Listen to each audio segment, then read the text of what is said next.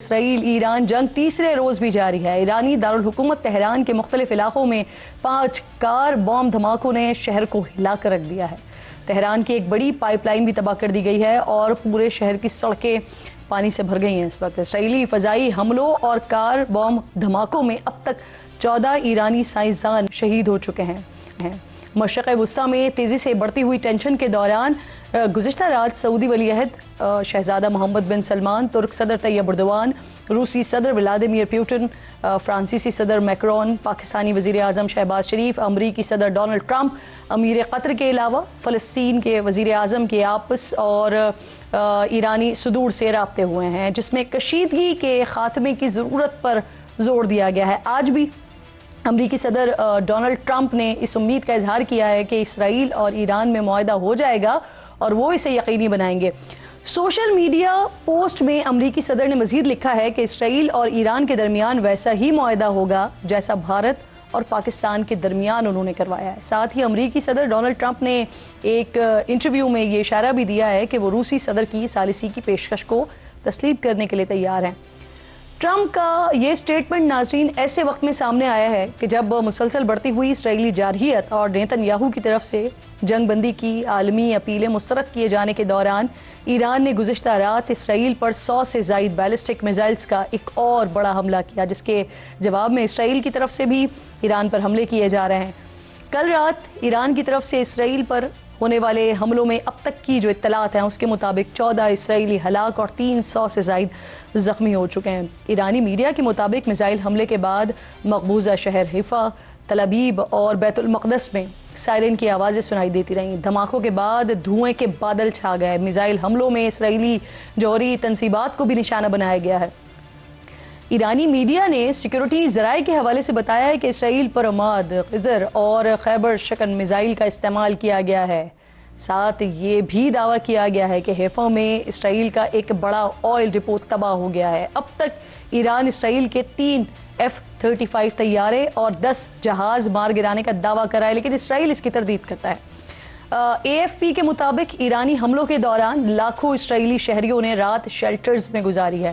اسرائیلی صدر نے اعتراف کیا ہے کہ اسرائیل کے لیے یہ ایک انتہائی افسوسناک اور مشکل صبح ہے۔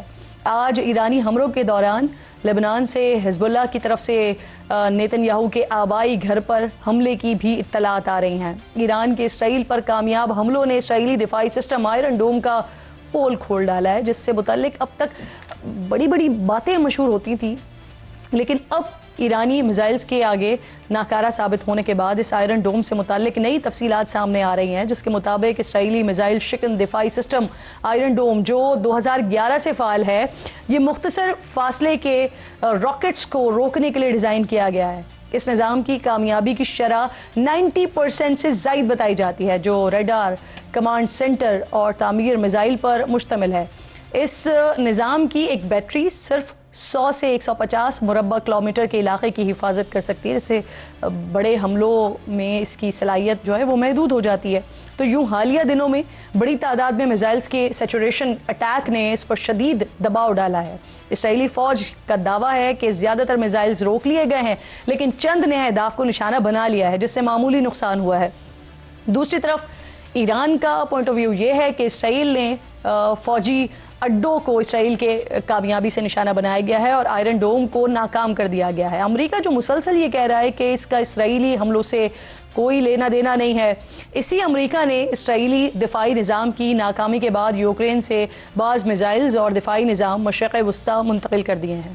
یوکرینی صدر زیلنسکی نے بتایا ہے کہ یوکرین بھیجے جانے والے 20,000 میزائل مشرق وسطیٰ بھیج دیے گئے ہیں۔ اب اسی دوران ایرانی وزیر خارجہ کہہ رہے ہیں کہ اسرائیلی حملے امریکی حمایت کے بغیر ممکن نہیں ہے۔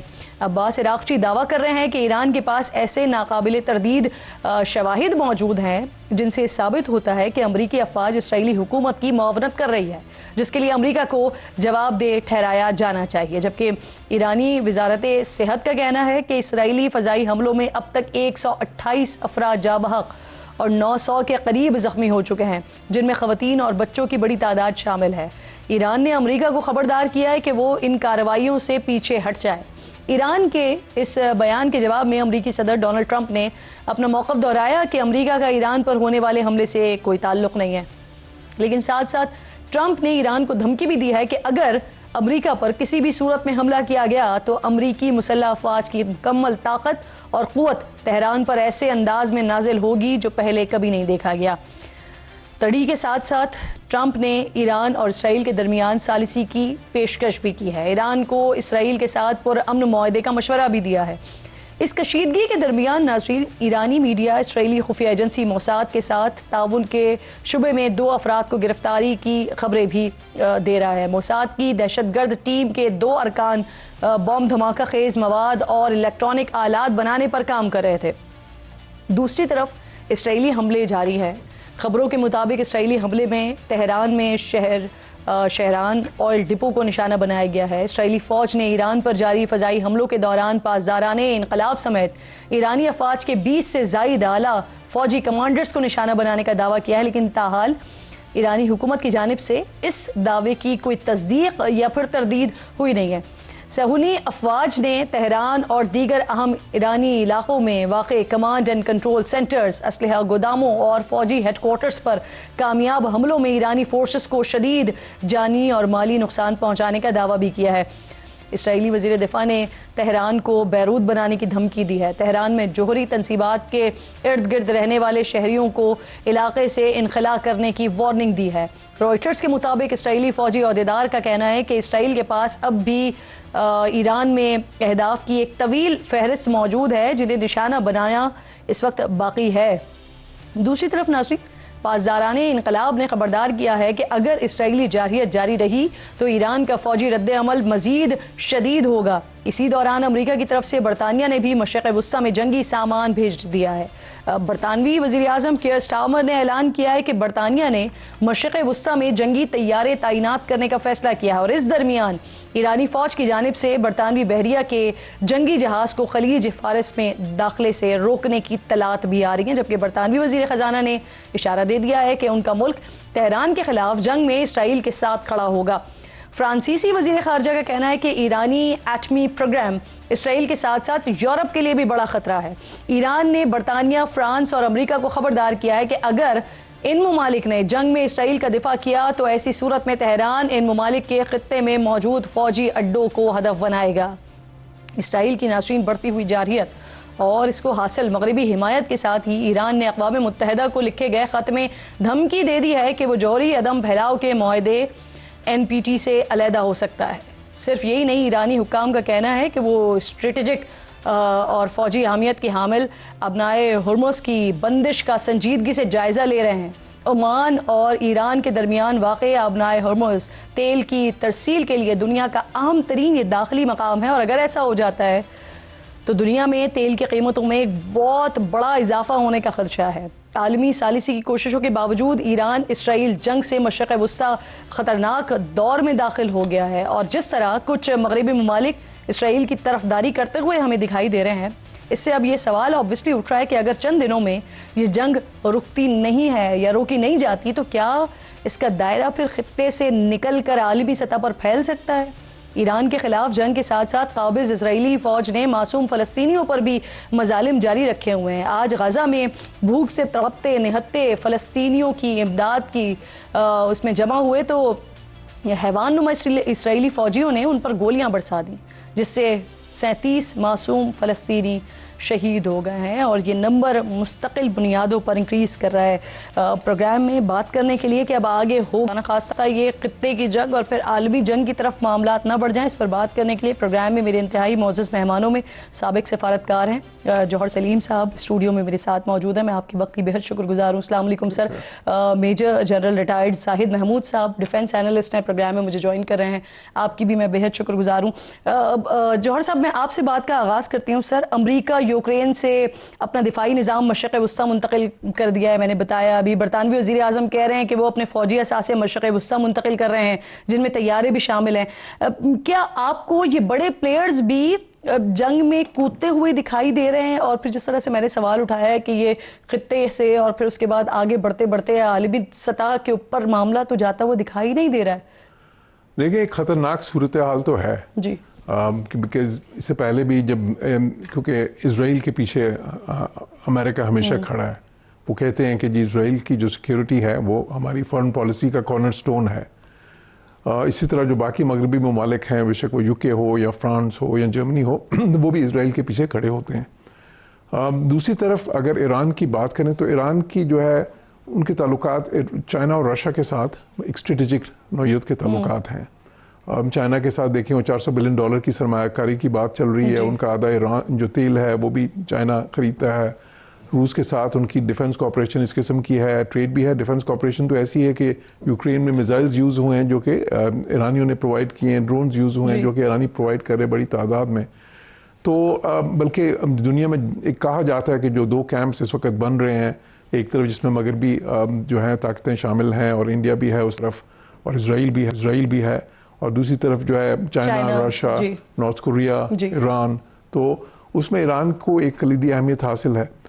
اب یہ جو اس وقت جنگ ہو رہی ہے، اس میں اپنے بہت سے کامنٹس میں یہ کہہ چکا ہوں، اس میں ایک تھوڑی سی ڈسپیرٹی ہے، ایک اسٹریٹجک ڈسپیرٹی ہے۔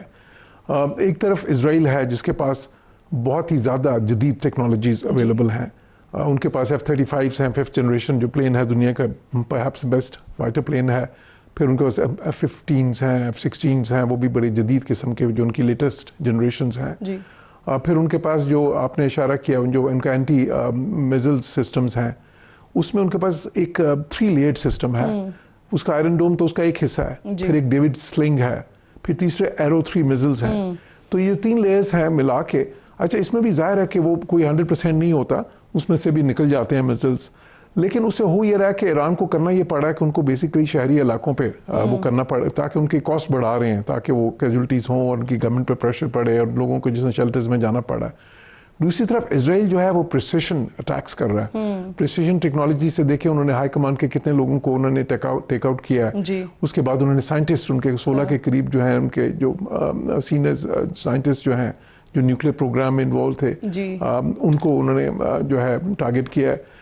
اسی طرح وہ ان کی جو ہے نا نیوکلیئر انسٹالیشنز ٹارگٹ کی ہیں، انہوں نے میزل سائٹس ٹارگٹ کی ہیں۔ سر یہ جو ٹارگیٹڈ آپریشنز ہو رہے ہیں، ٹارگیٹڈ کارروائیاں ہو رہی ہیں، تو یہ کسی ٹیکنالوجی کی مدد سے ہو رہی ہیں یا انٹیلیجنس بیسڈ ہو رہی ہیں؟ اور ایران کے اندر ہی، کیونکہ ایسا بھی سننے میں آیا تھا کہ انہوں نے اپنی بیس بنائے ہوئے ہیں وہاں پر اور وہ خود زمینی طور پر یہ آپریشنز ہو رہے ہیں، تو یہ کس ٹارگیٹڈ آپریشنز ہوئے کیسے؟ جی بالکل، اس میں دونوں چیزیں شامل ہیں۔ ایک تو یہ ہے کہ ان کے جو انٹیلیجنس آپریشن انہوں نے پروو کر دیا ہے کہ ان کا نیٹ ورک جو ہے ایران کے اندر بھی بہت ہی ایک ایکسٹینسو موجود ہے۔ اس سے پہلے دیکھیں اسرائیل نے پچھلے 1 سال میں کیا کیا ہے، انہوں نے ایران کے وہ جو سارے مزاحمتی گروپ تھے جو ایران کی ایک اسٹرینتھ تھی، حزب اللہ، حماس، ہوتیز، پھر سیریا میں ان کی ایک پرو ایران گورنمنٹ تھی، ان کو ایک ایک کر کے انہوں نے کمزور کر دیا۔ سیریا میں تو گورنمنٹ چینج ہو گئی، اب جو نئی حکومت ہے وہ تو دیکھیں اس وقت سیریا جو ہے وہ تو اسرائیل کی حمایت کر رہے ہیں، ایک قسم کا وہاں پہ ریفیولنگ ہو رہی ہے ان کے پلینز کی۔ تو جو ہے اسی طرح جو باقی یہ سارے مزاحمتی گروپس ہیں جن کو وہ پراکسیز بھی کہتے ہیں ایران کی، وہ کوئی اتنی خاطر خواہ کہ اس وقت نہیں کر سکے۔ پہلے وہ ان کی ایک لائن آف ڈیفنس ہوتے تھے ایران کی کہ یہ اگر کوئی بھی چیز ہوئی تو سب سے پہلے وہ ریٹیلیٹ کریں گے، اور وہ تو اتنے نزدیک تھے۔ سر یہ آپ بڑی امپورٹنٹ بات کر رہے ہیں، میں دوبارہ آپ کی طرف آتی ہوں، اور جو انٹیلیجنس کی بات کر رہے ہیں نا، اب تو جس طرح کا سسٹم ایران میں آپریٹ کر رہا ہے ان کا، تو کیا باقی دیگر ممالک بھی ولنریبل ہیں ساری سچویشن